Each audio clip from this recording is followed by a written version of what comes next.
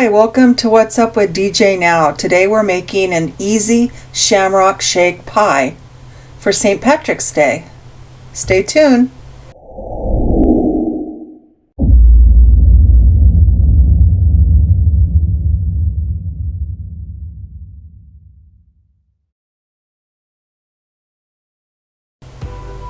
Okay, now these are the supplies that you'll be needing to have to make the pie. And let's go ahead and get started. Please like and subscribe to my channel. It will help my channel. And we're going to start with an 8-ounce of cream cheese. Now this should be room temperature. If for some reason you don't set it out for room temperature, you can throw it into the microwave for just, maybe like 45 seconds or so to soften it up, which is what I did. And then we're going to go ahead and whip this with the hand mixer.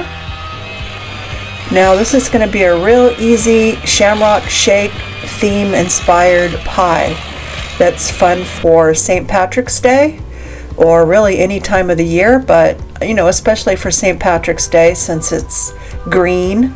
It's easy for kids to make. It doesn't take a lot of ingredients, so you can get the kids involved. Maybe they can make it for their dad or their mom. Now I put in a dry mixture of vanilla pudding, and we're just going to blend that in. And I'll put all the ingredients in the description as well, what the measurements are and the sizes of the box. So we're just going to hand mix this in to get the pudding mixed into the cream cheese. Kind of looks like scrambled eggs, huh? Now we're going to use a 7-ounce jar of marshmallow fluff or marshmallow cream. And as you know, that's kind of difficult to get out because it's sticky. So just make sure and get it all out with the spatula. Okay, now we have it all out.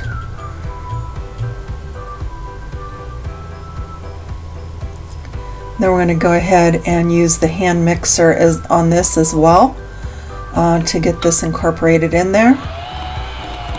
Now because this is sticky and it's marshmallow fluff, it tends to stick to the whippers quite a bit, as you can see, and it tries to work its way up too close to the top. So you're going to want to pause that every once in a while and clean that off, because otherwise you're not really mixing it well. It's just kind of stuck to the mixer. As you can see, it's getting up too high, almost into the gear part. So you just want to make sure and stop every couple of minutes and every few seconds, and just kind of get it back down into the bowl so that you can continue to mix it up. You're going to mix it about a minute. Doesn't take a long time, but it keeps trying to work its way up. So like I said, just clean that off. I suppose you could try and just mix this by hand if you want, but you want to make sure it's very mixed, very creamy and very well, no lumps. Okay, now we're going to add mint extract, and I'm going to start with a teaspoon, and then later we'll test it, taste it, see if it's strong enough. I don't like minty stuff too much. I like chocolate mint or slight mint, so you can do it according to preference, but usually you only need about 1 teaspoon to 2 teaspoons. Okay, now this is when we're going to put in our green food coloring so that we can get it all shamrock shaked out and be green. I'm starting with 3 drops, and then we'll see how that is, and if we want it greener we will add some more food coloring later. So let's go ahead and continue to try and beat this. Mix it up. Like I said, it's again still going up the thing. This is the most annoying part, but it doesn't last long, so just bear with it and get through it. Okay, now we're going to take these off and clean them. Get as much off as you possibly can. This is where you can kind of taste it and see if it's minty enough for you, or if you want to add more mint.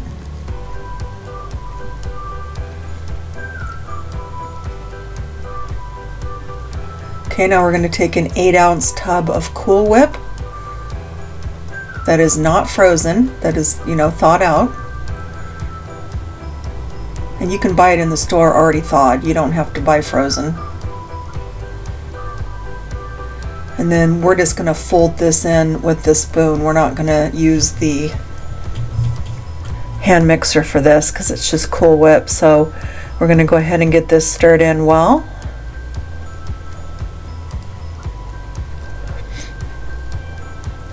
Yeah, but this would be a really cool little pie for your kids to help you make.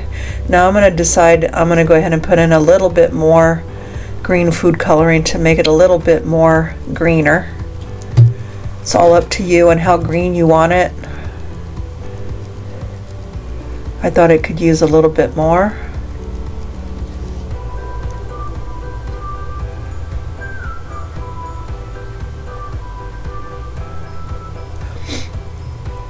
And I've also decided to put about a half a teaspoon more of the mint extract because I tasted it and I knew it could take a little bit more.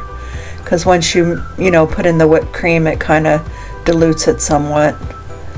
So I ended up putting about 2 teaspoons, a little less than 2 teaspoons. Okay, now you're going to have a ready-made crust.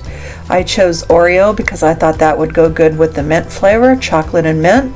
You don't have to choose Oreo. You could choose just the graham cracker one, whatever your preference is.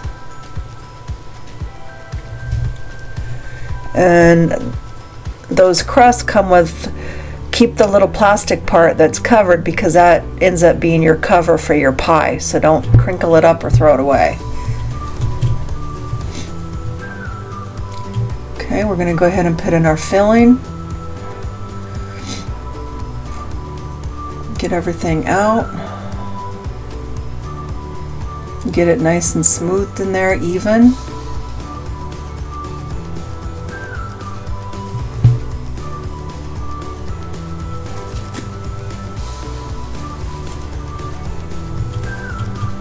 St. Patrick's Day is coming up here. I mean, it's just days away. That's why I decided to make the dessert a little ahead of time so people would have time to search for it and get what they needed so they could make it.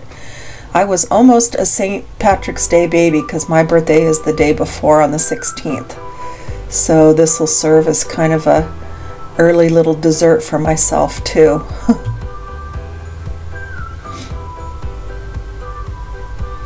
Okay, so here's how it looks all smoothed out. Like I said, we're going to put the lid on it that came with it. And we're going to just stick that in the fridge. And you want to go ahead and refrigerate for a minimum of 8 hours up to overnight. I'm doing it overnight. Okay, now here's the next day. And this is what we're going to use to decorate the pie. As you can see, watch, I'll take the dome off. That's the little dome that came inside the pie, so it works good as a cake cover. I mean, not a cake, a pie cover. Okay, we're just going to use whipped cream, the ready whip kind in the can, and just kind of decorate it up a little bit, make it look a little more pretty and festive.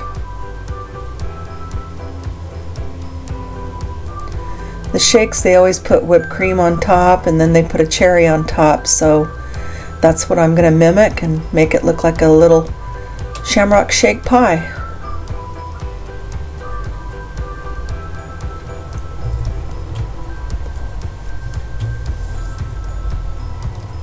And that's the ready whip that I'm using.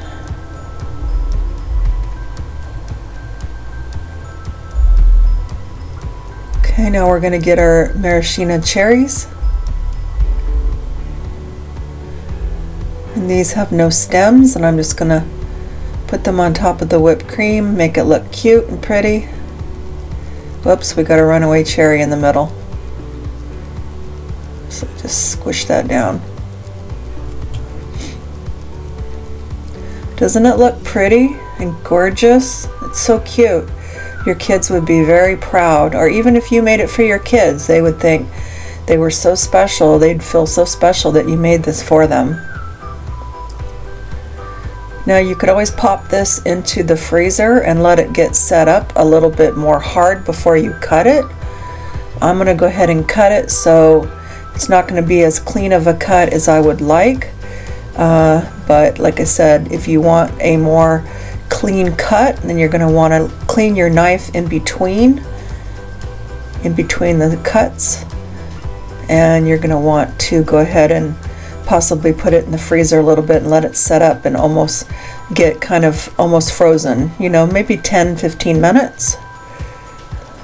But I'm going to go ahead and cut it now because I want to be able to show you how it looks. So just make sure and cut through that Oreo crust. Okay, now here's the piece.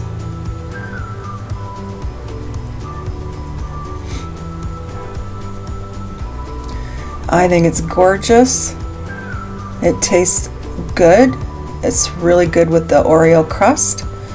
But at any rate, thank you for watching. I'll link everything in the description, including my social media. And thank you for watching, and if you could please like, I would appreciate it. You all have a great day. Thanks. Bye-bye.